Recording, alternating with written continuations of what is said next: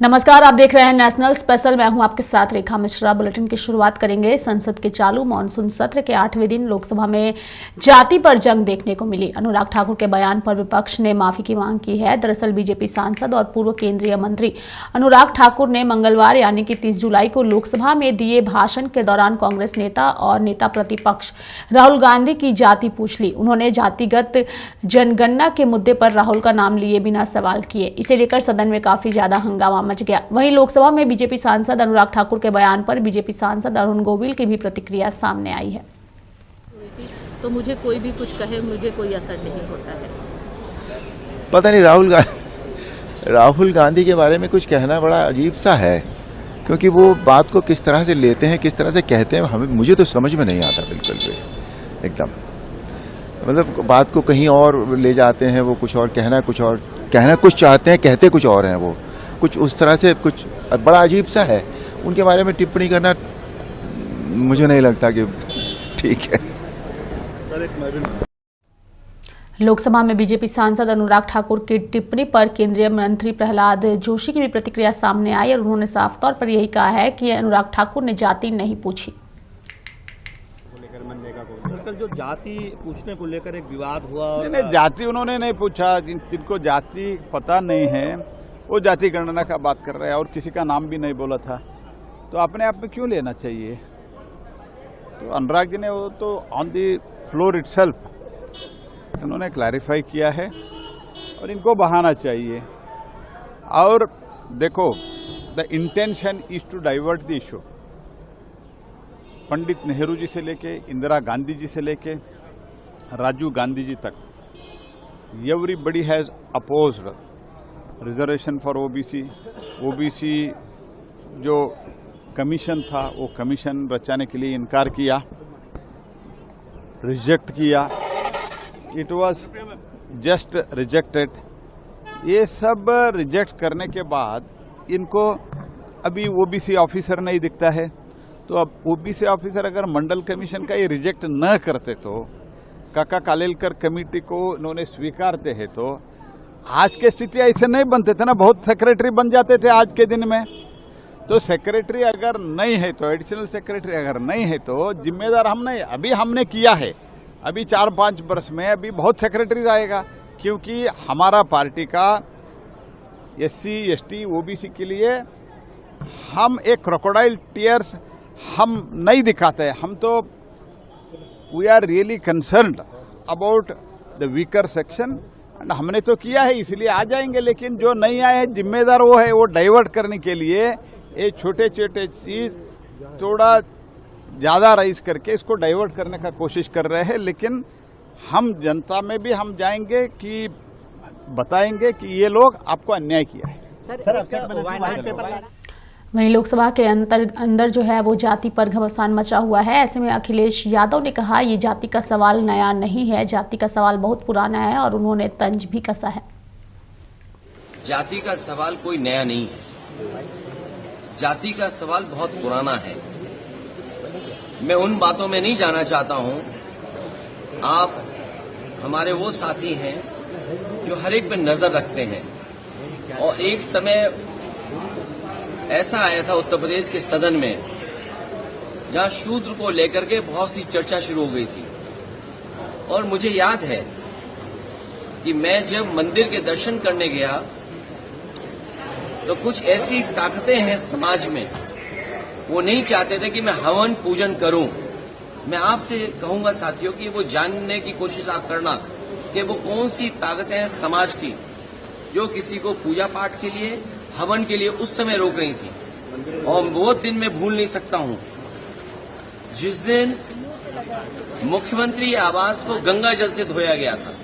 मुझे कोई आज समझा दे, कोई जागरूक समझदार इंसान मुझे ये समझा दे कि किसी मुख्यमंत्री के घर को गंगा जल से कैसे साफ किया जा सकता है। मैंने लोकसभा के चुनाव में मैनपुरी में देखा कि बहुत सारे लोगों ने प्रतिमा को धोया था।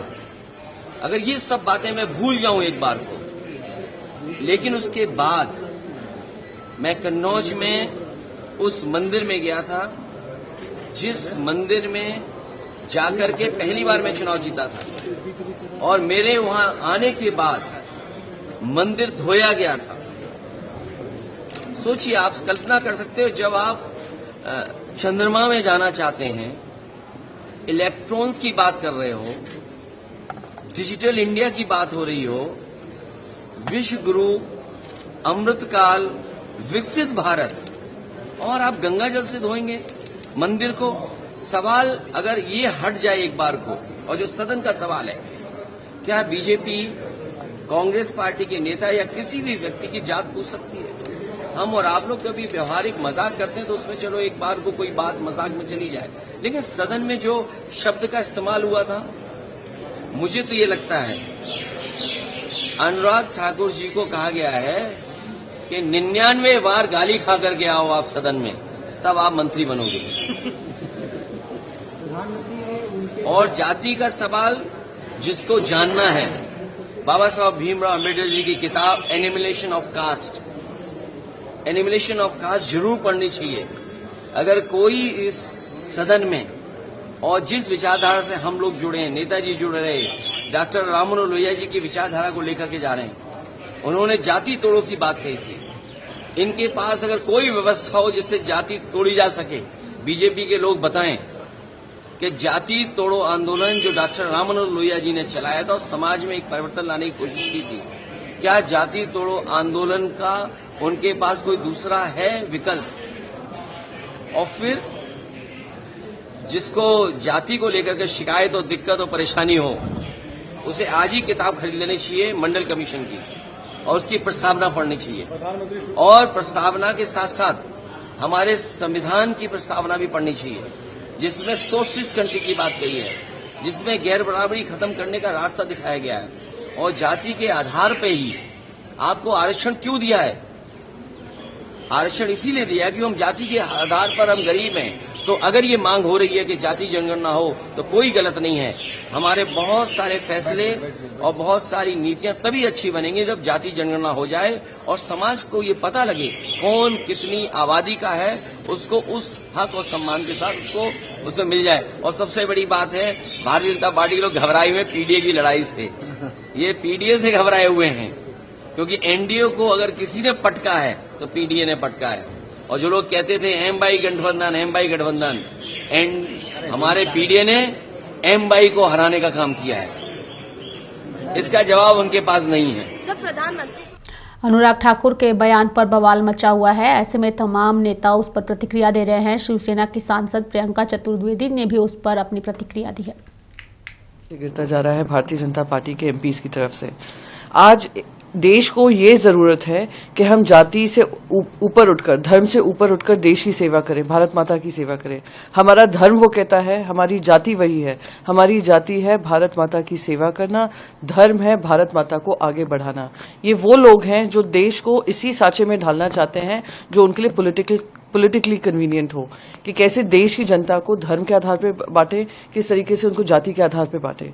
जो उन्होंने कहा है बहुत ही निंदनीय है, और मैं उम्मीद करती हूं कि वहां पे जो लीडर्स हैं उनसे माफी मंगवाएंगे। कांग्रेस सांसद दिग्विजय सिंह ने अनुराग ठाकुर के बयान पर कहा कि ये बदतमीजी है, उनसे यह उम्मीद नहीं थी। अपनी मालूम वो जनगणना की बात करते हैं, इस तरीके के बयान बदतमीजी है, उनसे उम्मीद नहीं थी और प्रधानमंत्री से उम्मीद नहीं थी किस तरह के वो सपोर्ट करेंगे।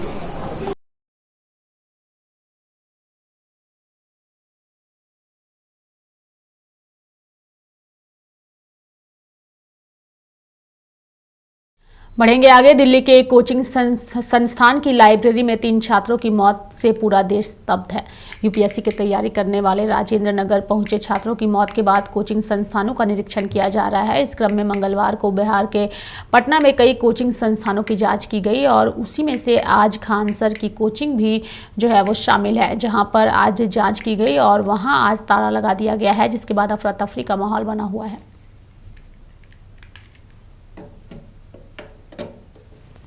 जैसे हब है, हम लोग देख रहे हैं बहुत बड़ी संख्या में, लगभग बड़ी कोचिंग हम लोग देख रहे हैं 3000 के आसपास पूरे जिले में हैं और विभिन्न प्रकार की प्रतियोगी परीक्षाओं की तैयारी छात्र करते हैं यहाँ। उसमें सिविल सर्विसेज भी है, मेडिकल है, इंजीनियरिंग है और और इसके अलावा आर्मी के लिए भी तैयारी करते हैं लोग, पुलिस सर्विसेज के लिए करते हैं। तो बहुत बड़ी संख्या में कोचिंग संख्या भी है और कोचिंग भी है और छात्र भी वहाँ पढ़ रहे हैं, छात्र छात्राएं। तो उसको देखते हुए हम लोगों ने ये निर्णय लिया है कि उसका एक बार सत्यापन हम लोग सभी का करा लें कि जो प्रोविजंस हैं उसको फॉलो करें सभी लोग, और अगर कोई इमरजेंसी सिचुएशन उत्पन्न होती है तो उससे निपटने की क्या तैयारी है, उनका एंट्री एग्जिट और बाकी चीज़ें। तो मुख्य रूप से इसीलिए हम लोग उसका सभी का सत्यापन करा रहे हैं ताकि किसी प्रकार की अप्रिय घटना नहीं हो। जो दिल्ली वाली घटना बड़ी दुखद रही, हम लोगों ने देखा, इस प्रकार की घटना नहीं हो, एहतियातन हम लोग ये काम करा रहे हैं। इसके चाहे वो अग्निशामक का हो, चाहे वो वे का हो, चाहे वो बैठने का हो, तो ऐसे में जिला प्रशासन अब किस तरह की कार्रवाई करने जा रही है? ये जो एक बार बीच में भी हम लोगों ने सत्यापन कराया था लगभग 2 साल पहले, और जो गैप थे मानक में और प्रावधान में उसको हम लोगों ने ठीक कराया था सभी लोगों को निर्देशित करके, और अभी फिर से हम लोग सत्यापन करा रहे हैं। उसमें जो जहां गैप आएंगे उसको हम लोग ठीक कराएंगे, और नहीं ठीक करेंगे समय सीमा के अंतर्गत तो उसको हम लोग बंद करेंगे, सील करेंगे और बंद करेंगे पूरी तरह से, क्योंकि बच्चों के जीवन के साथ खिलवाड़ नहीं करने देंगे हम लोग। उनकी सुरक्षा और जो मानक निर्धारित है SOP जो है उसके हिसाब से संचालन करेंगे, तो वो संचालन हम लोग करने टीम भी बनाई गई है सर? बनाया है, सब डिवीजन वाइज जो है अनुमंडल पदाधिकारी जो सब डिविजनल मजिस्ट्रेट होते हैं उनकी अध्यक्षता में, और 6 मेंबर कमेटी है और कुल 6 टीम हम लोगों ने बनाया है और सभी 6 अनुमंडल के लिए, तो वो लोग जांच करेंगे। दूसरी ये है कि हमारा उद्देश्य किसी को परेशान करना या पनिश करना इस तरह से नहीं है। हम लोगों का उद्देश्य है कि सुधार हो उसमें, और जहाँ जो कमियाँ हैं समय रहते उनको आइडेंटिफाई करके उनका करेक्शन किया जाए। और कोचिंग जो है हम लोग देख रहे हैं वो हकीकत है, आज की हकीकत बन गई है, और बहुत बड़ा उसका जो है क्षेत्र है, विभिन्न कई शहरों में है, ऐसा नहीं कि सिर्फ पटना में या बाकी जगहों पर है, और लोगों की डिमांड बहुत ज़्यादा है, डिमांड है इसलिए वो उपलब्ध है। तो उस पर हम लोगों को कोई आपत्ति नहीं है, उस पर कुछ नहीं करना है, लोगों की ज़रूरत है इसलिए है कोचिंग, लेकिन जो सुरक्षा मानक हैं, जो सरकार के प्रावधान हैं, उनका निश्चित रूप से अनुपालन करें, अन्यथा बच्चों का जो जीवन है वो रिस्क में रहेगा, जोखिम में रहेगा, वो नहीं रहे, ये हमारा उद्देश्य। सर कोचिंग नियमावली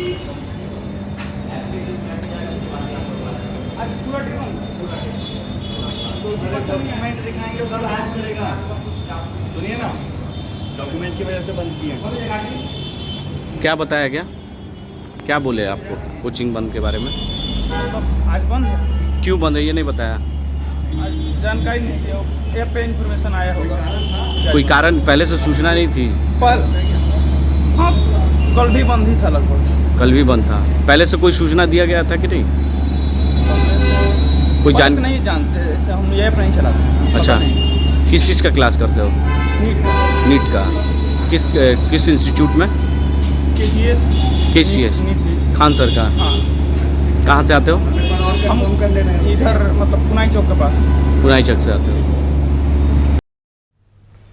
यूपीएससी की तैयारी करने वाले 3 छात्रों की मौत को लेकर दिल्ली के ओल्ड राजेंद्र नगर में छात्रों का धरना प्रदर्शन जो है वो लगातार जारी है। छात्रों ने प्रशासन को चेतावनी दी है कि अगर उनकी मांगे नहीं मानी गई तो यह भूख हड़ताल जो है वो जारी रहेगा, भूख हड़ताल भी आगे करेंगे। इधर छात्रों के प्रदर्शन को देखते हुए MCD के अतिरिक्त आयुक्त डॉक्टर तारिफ थॉमस ने उनसे मुलाकात की और साथ ही उन्होंने प्रदर्शनकारी छात्रों से बात की और उन्हें भरोसा दिलाया कि उनकी मांगों को सरकार तक पहुंचाया जाएगा। आप जो चाहिएगा वो आपका घर का खेती तो है नहीं कि आप संविधान और लोकतांत्रिक व्यवस्थाओं के खिलाफ जाकर के आप कुछ भी कर रहे आप चुप रहेगा, ऐसा नहीं हो सकता है। आप यदि परंपराओं का संवैधानिक व्यवस्थाओं को नहीं मानेंगे तो आपके ऊपर मिलेंगे। कोई तानाशाही देश में हम नहीं है और कोई तानाशाही नहीं है, यहाँ पर ऑटोक्रेट देश नहीं है, लोकतांत्रिक देश है, बाबा साहब अम्बेडकर के संविधान के साथ चलने वाला देश। तो झारखंड विधानसभा की अगर हम बात करें तो झारखंड विधानसभा में आज बीजेपी के नेताओं का हंगामा और आंदोलन जो है वो देखने को मिला और ऐसे में उस हंगामे के बाद तमाम नेताओं की प्रतिक्रिया सामने आई, वो भी आपको सुनाते हैं कि तमाम नेताओं ने झारखंड विधानसभा के बाहर हंगामा करते हुए किस तरीके से अपनी बातों को रखा। आप इस तरह से तानाशाही चलाइएगा और आपके ऊपर उंगली दिखाएगा, ऐसा हो नहीं सकता। भारतीय जनता पार्टी को कुछ नहीं कर सकते। आपको जो कार्रवाई करना हो करिए, लेकिन आपके ऊपर यदि आप नियमों का, परंपराओं का यदि अवहेलना करिएगा तो फिर उठाया जाएगा। इस खींचतान में भी जनता के सवालों का जवाब, जनता के जवाब के लिए तो खड़े हैं यहाँ पर, उसी में तो भाग रहे हैं। ये जितने लंबे फहरिस्त हैं, जिन वायदों की बुनियाद पे सरकार आई थी, आज वो सरकार भाग गई। तो सरकार को पूरी तरह से अपनी जनता से माफी मांगना चाहिए और इसको वापस अपना विदाई स्वीकार करते हुए जनता को पास बिल्कुल। हाल कोना में लगातार कई घटनाएं घटित हो रही है। हम लोगों ने बांग्लादेशी घुसपैठ के मामले को उठाया, किस तरह से वोट के हाथ, चल रहा है, किस तरह से आक्रमण हो रहा है, ये सारे विषयों को लेकर के हम लोगों ने उठाया था। और हम लोगों ने एक विषय भी उठाया था, किस तरह से राशन कार्ड बना दिया गया, उसमें SC का जोड़ दिया गया, वो रद्द हुए हैं। अभी मुझे पता चला कि DC ने कार्रवाई करके रद्द की है, लेकिन उसमें FIR होना चाहिए कि इसी तरह डॉक्यूमेंट्स बना करके बांग्लादेशी घुसपैठियों को यहाँ भारत का नागरिक बनाया जा रहा है। कल आसाम के माननीय मुख्यमंत्री हेमंत बिस्वा शर्मा जी जाने वाले हैं और गायबथान भी जाने वाले हैं, जहाँ होपेन मारांडी और दांदू हेम्ब्रम को जमीन को लूटा गया, मारा गया, उनको हॉस्पिटलाइज किया गया, केस हुआ, लेकिन उसमें कोई कार्रवाई नहीं हुई। और पाकुड़ KKM कॉलेज जाने वाले हैं, जहाँ के युवाओं को इस विषय के लिए, आदिवासी युवाओं को इस विषय के लिए कि उन्होंने बांग्लादेशी घुसपैठ और होपेन मारांडी और दांदू हेम्ब्रम के अन्याय के खिलाफ आवाज उठाई, इसलिए रात के अंदर में जानलेवा हमला किया गया, पीटा गया। और इन सारे लोगों से मिल करके ये जो मुद्दे, गंभीर मुद्दे, इस मुद्दे पर उनका अपना संवेदना प्रकट करने के लिए और इस सरकार को आंख खोलने के लिए उठाना सारे मुद्दों को लेकर के आया है। अनुबंध कर्मी, संविदा कर्मी या जितने बेरोजगार युवा थे, जिनको झूठे वायदा दे करके सरकार ने सत्ता हासिल की थी। आज जब उनका आखिरी सत्र है, 2 दिन बचे हुए हैं इस सरकार के विधानसभा का कार्यकाल, ये सारे वायदे उनको याद दिला रहे हैं और आप उनसे तो कुछ होने जाने वाला है नहीं। एक नैतिकता के आधार पे हाथ जोड़ करके इस सदन का उपयोग करके वो जो है झारखंड की जनता से माफी मांग ले और झारखंड को बख्श दे, झारखंड को अपने हाल पे छोड़ दे। झारखंड की जनता निर्णय ले लेगी और इस झारखंड को संवारने के लिए आगे बढ़ जाएगी। भारतीय जनता पार्टी उसके साथ खड़ी है। कोई 5 साल तो इन्होंने कोई काम नहीं किया। जो भी वादा करके सरकार आई थी, पिछली बार इन्होंने चुनाव के पहले घोषणा किया कि 5 लाख युवाओं को 2 साल के अंदर नौकरी देंगे, नहीं तो BA पास को 5,000, MA पास को 7,000 भत्ता देंगे, नहीं तो राजनीति से संन्यास ले लेंगे। और इन्होंने किया नहीं। आज फिर इन्होंने लोगों को ठगने के लिए एक नया वादा किया कि जो टैक्स पेयर नहीं है उनको बालू मुफ्त में देंगे। तो जनता अब इनके छलावे में आने वाली नहीं है। पेट्रोल सब्सिडी का क्या हस्र हुआ, अबू आवास का क्या हस्र हुआ, सारे उदाहरण तो सामने हैं। इसलिए जनता अब इनके झूठे छलावे में आने वाली नहीं है और ये अब यहाँ से इनका विदाई तय है। के अलावा ये पढ़िए वहाँ से यहाँ तक, ये 30 फीट का बैनर, इसमें सारे मुद्दे हैं और ये मुद्दे जनता के हैं। जो ये सरकार ने वादा करके अपने कुर्सी को हथियाने का काम किया था, पाओ बदलो सरकार, पाओ अधिकार, ये नारा ये सत्ता पक्ष भूल गए क्या? माननीय मुख्यमंत्री जी भूल गए क्या? उन्हीं के वादों को हम याद दिलाने के लिए यहाँ पर बैनर लेकर के खड़े। 5 साल के बाद सरकार जगने का एक्टिंग कर रही है, घोषणा कर रही है, 40,000 नौकरी दे देंगे, नियुक्तियां दे देंगे, जहाँ जिसमें कोई सच्चाई नहीं है। मुझे ऐसा लगता है सरकार सिर्फ चुनाव का स्टंट कर रही है। सरकार सही में जनता को और युवाओं को फायदा देगी ऐसा नहीं लगता। जो सरकार खुद मुद्दा विहीन हो गई है वो तो ऐसी राग अलापेगा ही। आप उनसे पूछिए कि जिन मुद्दों के साथ आप आए थे उनका क्या हुआ। आज क्यों झारखंड की जनता फटेहाल स्थिति महसूस कर रही है? क्यों आपके विरुद्ध जितने भी अनुबंधन कर्मी हैं सब हड़ताल पर हैं, सब रोड पर हैं, किसान रोड पर हैं, नौजवान रोड पर हैं, छात्र रोड पर हैं। ये उनको संज्ञान लेने की आवश्यकता है। हम जनता के मुद्दे के साथ खड़े हैं और हमेशा जनता की भलाई की बात करते हैं और भारतीय जनता पार्टी ही झारखंड में जनता के साथ। सरकार को लगातार कई मुद्दों को हम लोगों ने प्रत्येक दिन रखने का काम किया। आज सरकार को फिर से ये ध्यान दिलवा रहे हैं कि आपने जितने घोषणा पत्र में वादे किए थे, आज उसी बड़े बैनर के साथ हम लोग आज विधानसभा के सामने खड़े हैं। और एक भी वादे आप देख रहे होंगे भाई साहब, एक भी वादे उन्होंने पूरा नहीं किया।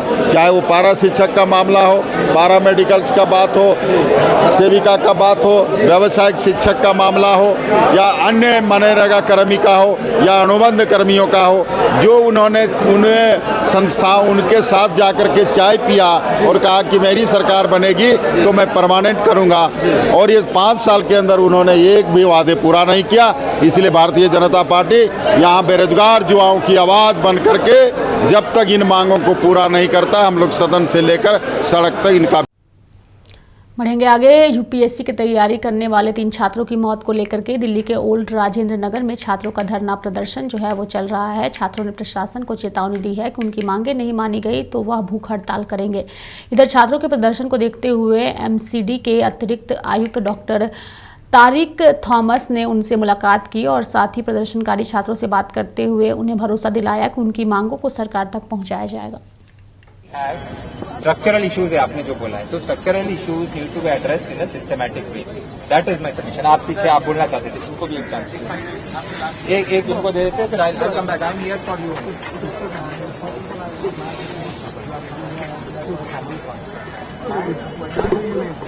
Non performance of the duty. So on what parameters should we evaluate your performance? The administration of performance, हम किस पैरामीटर पे हम लोग जज करें? Are you efficient? नहीं, so I am telling it is a failure for all of us and me personally also. I am not claiming it is a failure for us as officers that this incident has happened.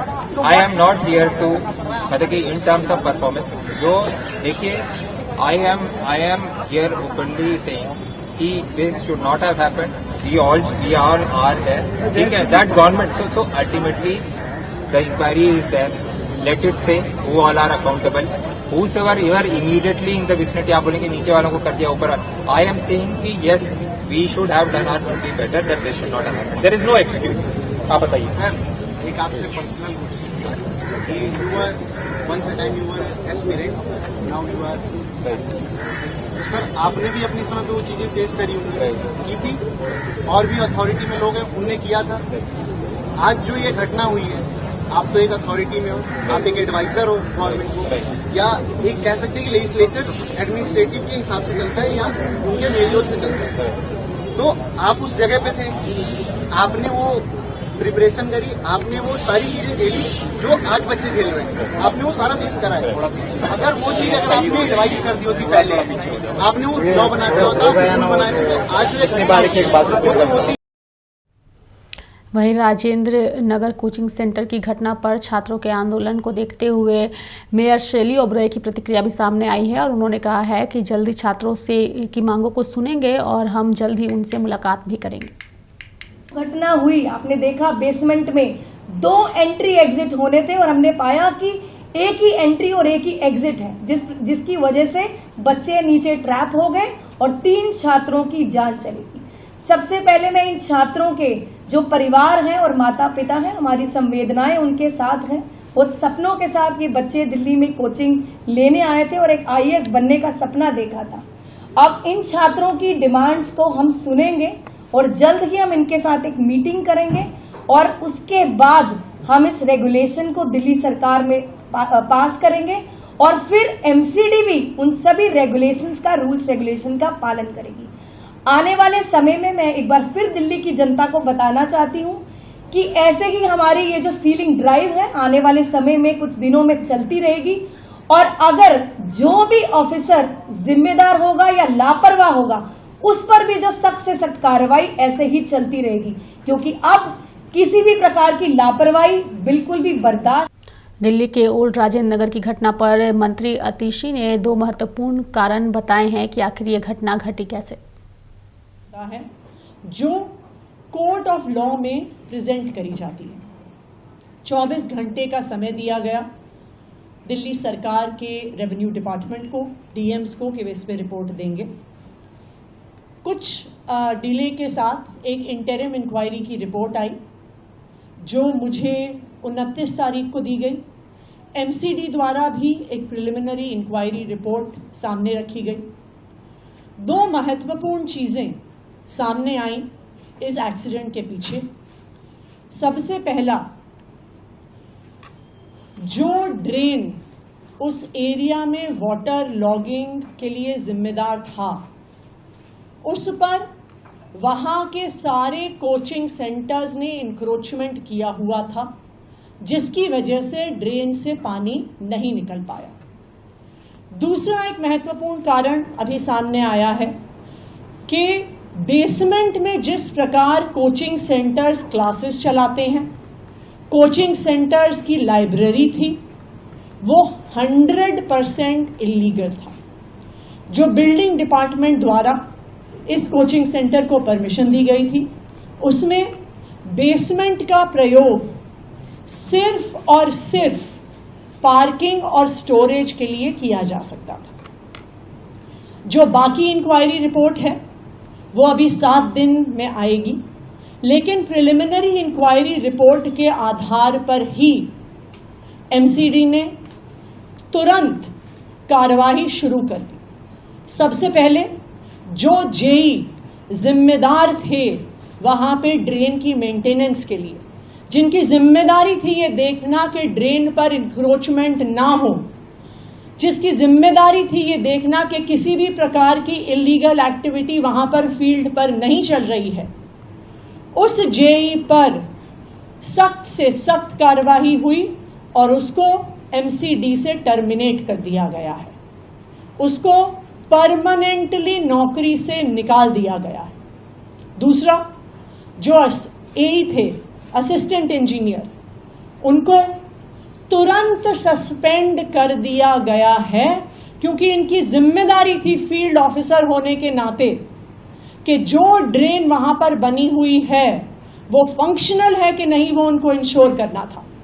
उनकी जिम्मेदारी थी कि जिन permissions के आधार पर वहां पर building completion certificate दिया हुआ है, क्या उन रूल्स और रेगुलेशंस को फॉलो किया जा रहा है या नहीं किया जा रहा। इसलिए इन दोनों अफसरों पर तुरंत कार्रवाई करी गई। मैं आज दिल्ली के लोगों को और देश के लोगों को ये भरोसा दिलाना चाहती हूं कि जैसे ही पूरी इंक्वायरी रिपोर्ट सामने आएगी और अगर इन अफसरों के अलावा और कोई भी अफसर जिम्मेदार पाया गया जिसके अपनी ड्यूटी ना करने की वजह से इतनी बड़ी त्रासदी हुई, चाहे वो अफसर एक जूनियर अफसर हो, चाहे वो सीनियर मोस्ट व्यक्ति हो, किसी को भी बख्शा नहीं जाएगा। उन पर सख्त से सख्त कार्रवाई करी जाएगी। जो मैजिस्ट्रियल इंक्वायरी और वायनाड में हुए लैंडस्लाइड की वजह से कई लोगों की मौत हुई है और उस मौत को लेकर के लगातार वहां बचाव अभियान भी जारी है। मलबे में दबे कई लोगों को अभी भी बाहर निकालने की कोशिश की जा रही है। वहीं इस पूरे मामले को लेकर के मल्लिकार्जुन खड़गे ने भी प्रतिक्रिया देते हुए कहा है कि वायनाड की स्थिति को हम गंभीरता से ले रहे हैं। नहीं, उस वायनाड की स्थिति को गंभीरता से हम सभी लोगों ने भी लिया। राहुल गांधी जी और प्रियंका जी भी वहाँ पर विजिट करने वाले हैं। उसके अलावा हमारे पार्टी के सभी कार्यकर्ता लोग वहाँ को रिहैबिलिटेशन करने के लिए जुटे हुए हैं और ये बहुत बड़ी दुखद घटना है। ये एक नेशनल डिजास्टर है और इसको सभी लोग मिलके काम करना चाहिए। हम कल ये मुद्दा राज्यसभा में भी उठाया था, तो हमको राज्यसभा ने भी वहाँ के चेयरमैन और हमारे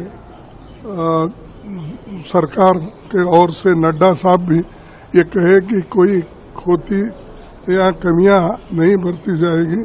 जो कुछ मिलना है, राहत मिलना है, कंपेंसेशन मिलना है, मेडिकल असिस्टेंस मिलना है, वो सारी चीज़ें करेंगे, ये उनका वायदा है। तो इसीलिए हम चाहते हैं इसको जल्द से जल्द उनको रिलीफ मिले और वो सेफ रहे। और जो कुछ भी अभी बहुत से लोग मट्टी के अंदर घुसे हैं उनको भी बाहर निकालकर एक बहुत बड़ा रिलीफ उस वायनाड के जनता को मिले। दिल्ली के ओल्ड राजेंद्र नगर की घटना को लेकर के छात्रों का प्रदर्शन लगातार जारी है। ऐसे में छात्रों को समझाने बुझाने का प्रयास भी जो है वो प्रशासन की ओर से किया जा रहा है, लेकिन छात्र अपनी मांगों पर अड़े हुए हैं। छात्रों का कहना है कि आश्वासन एक ऐसा शब्द है जो व्यक्ति को चक्कर में डाल देता है और उस आश्वासन में हमें नहीं पड़ना है।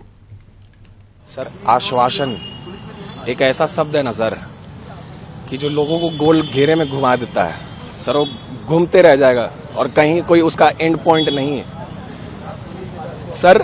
आश्वासन सर, संस्कृति IAS जो कांड हुआ था यहाँ पर, जो आग लगी थी मुखर्जी नगर में, उसमें भी आश्वासन मिला था सर। हफ्ते भर के बाद कोचिंग इंस्टीट्यूट सारी ओपन हो गई थी। अब वैसा गलती अगर हम आश्वासन लेके कर दें इस बार भी, हमारा प्रोटेस्ट अगर वीक हो जाए आश्वासन सिर्फ सुन के, तो सर क्या फायदा है इस बात का। आगे आने वाले समय में भी घटनाएं घटेंगी। तो सर आश्वासन हमें नहीं चाहिए सर, हमें अपनी मांगे पूरी चाहिए, एक्शन चाहिए सर। आश्वासन से कुछ नहीं चलता, आश्वासन से नहीं चलता।